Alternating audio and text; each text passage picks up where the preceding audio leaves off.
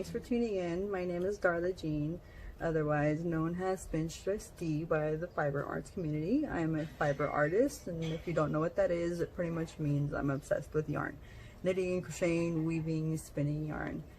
Anyways, I was recently asked by another fiber artist, Aliana Nova of Fiber Creations, to do an interview with her about fiber arts.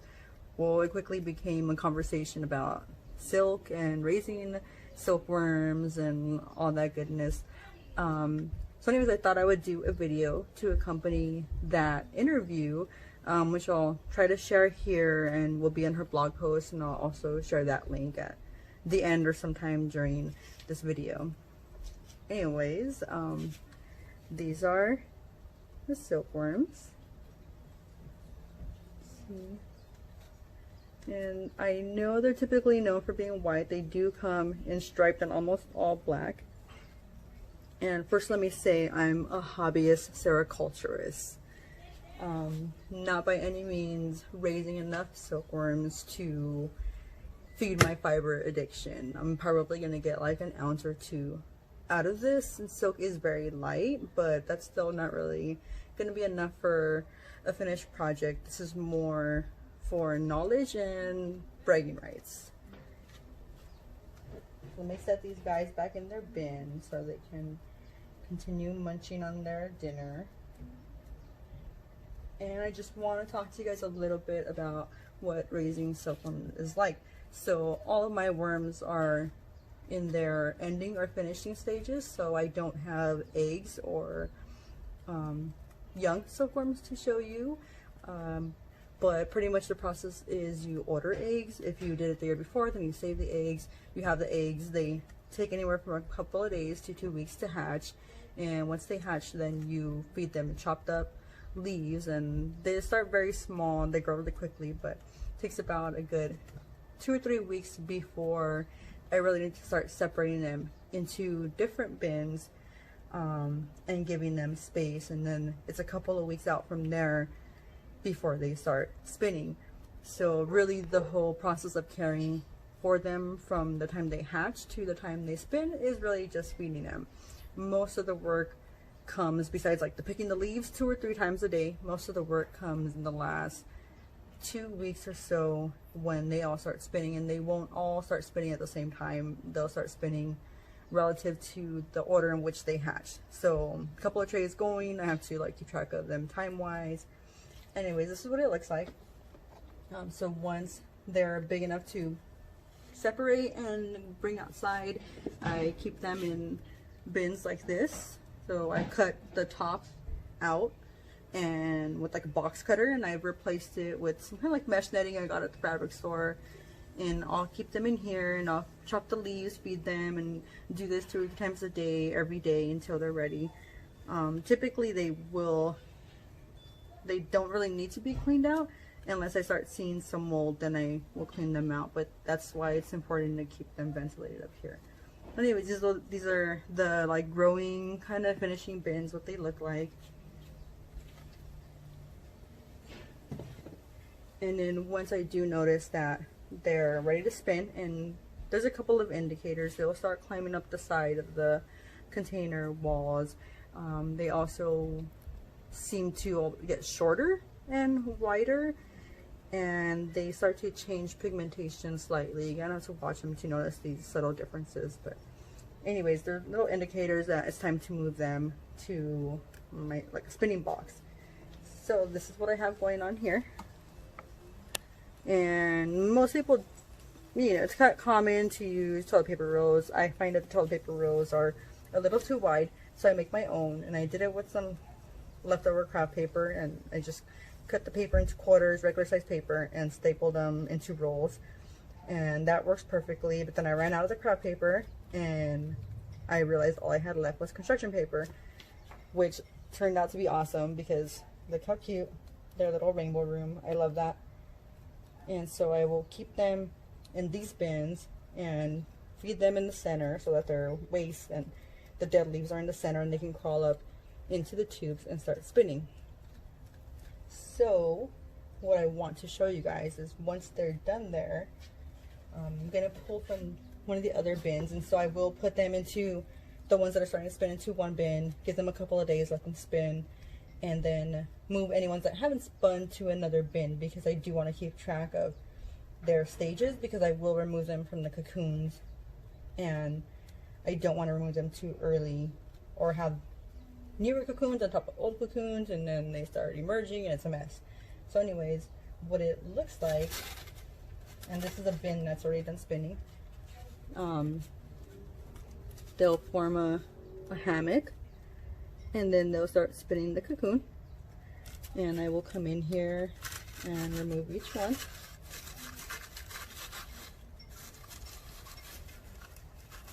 I pull it out by the hammock so I don't smash the cocoon, and all that hammock silk is good stuff, so I do gather all that too. I might have to pick out some leaves or waste or whatever, and I pull off the hammock silk, and then I have the cocoon. And I will say that you can sex them by the shape of the cocoon. This one's like a peanut shape, and that's a male, if I remember right. It's on my second year doing it, and the female is just a round shape. And I will double check that and correct myself if that was wrong. So once that's all done, then I will have a box of cocoons that I've finished spinning, and I've picked the hammock silk from, and I'll give them a few days to finish pupating or finish forming a complete pupa, and then I will take the cocoon and cut a little notch with the scissors on top, and then I will remove them. I just removed this one earlier, and let me show you guys the pupa. And this is the pupa. You can kind of see how you can see its face and little feet at the front. I'll take pictures that are clearer so that you guys can see that detail, and then I will move these pupas to another tray where they will continue pupating and then emerge as moths, mate, lay eggs, die, and the cycle repeats. So they are totally fine to continue their life cycle outside of the cocoon.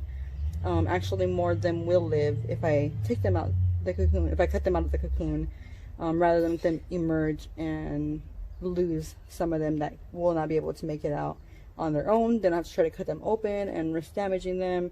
This has been my personal experience. It does happen.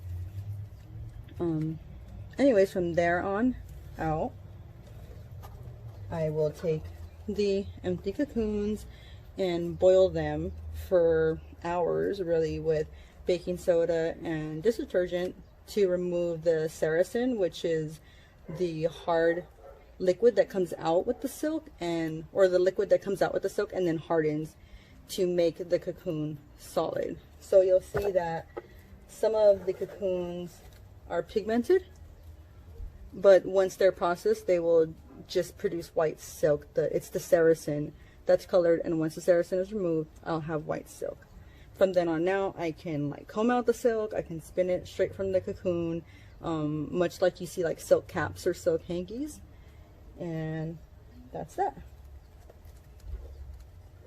So I'll just take the camera down here and I'll give you guys a little visual tour of some of the worms in different stages. I mean, they're all towards the finish, but you can see the larger worms and what it looks like as they begin to spin their cocoons, and the ones that are almost complete.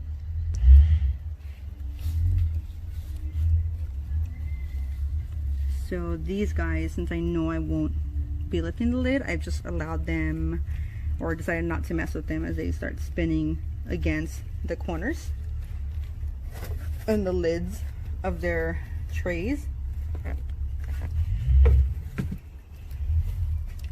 Here's some more. These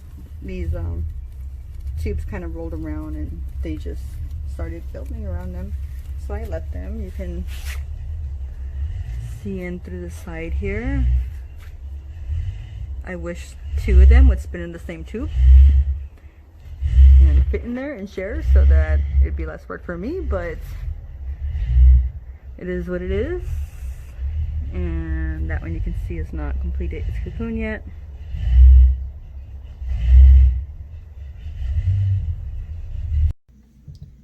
So this is the end of what raising silkworms, if you're going to allow them to live and not want to kill them in their cocoons. This is what it looks like. I would take each cocoon and cut it and remove the pupa and remove the little skin that's stuck in there too. To all of them. These ones I have to do.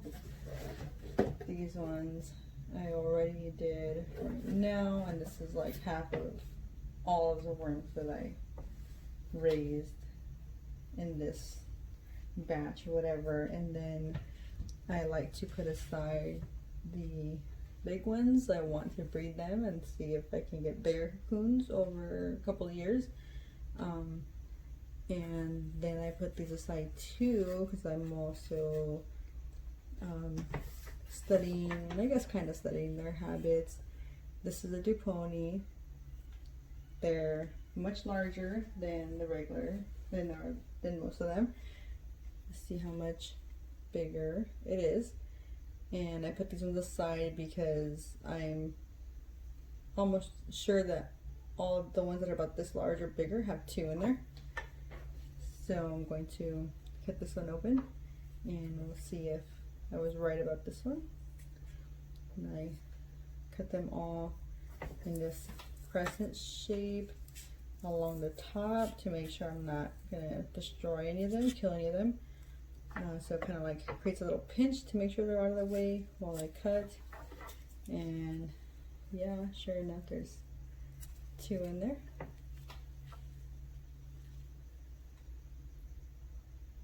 So these will go into a little container of their own, because what I want to know is whether or not these silkworms form Duponis because they're mating pairs.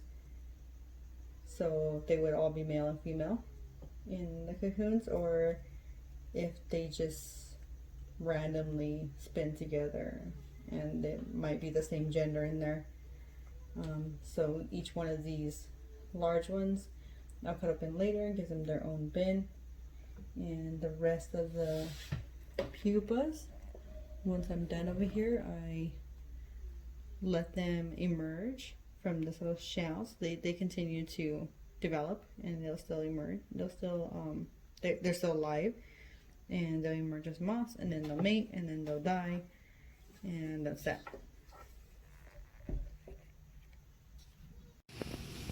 There's the male backing up looking for the female. He can only smell her. He's blind, he can't see her. Neither one of them can see. She just hangs around and waits.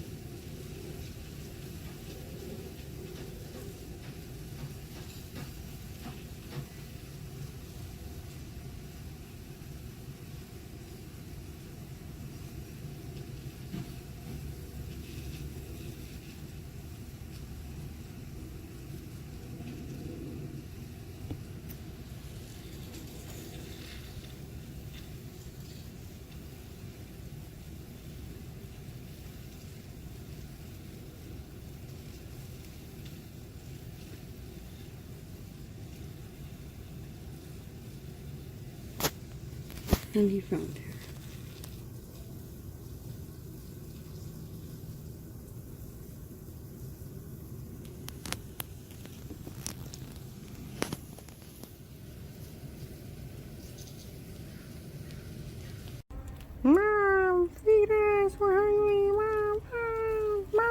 I did today, Mom. Barry's poking me, Mom.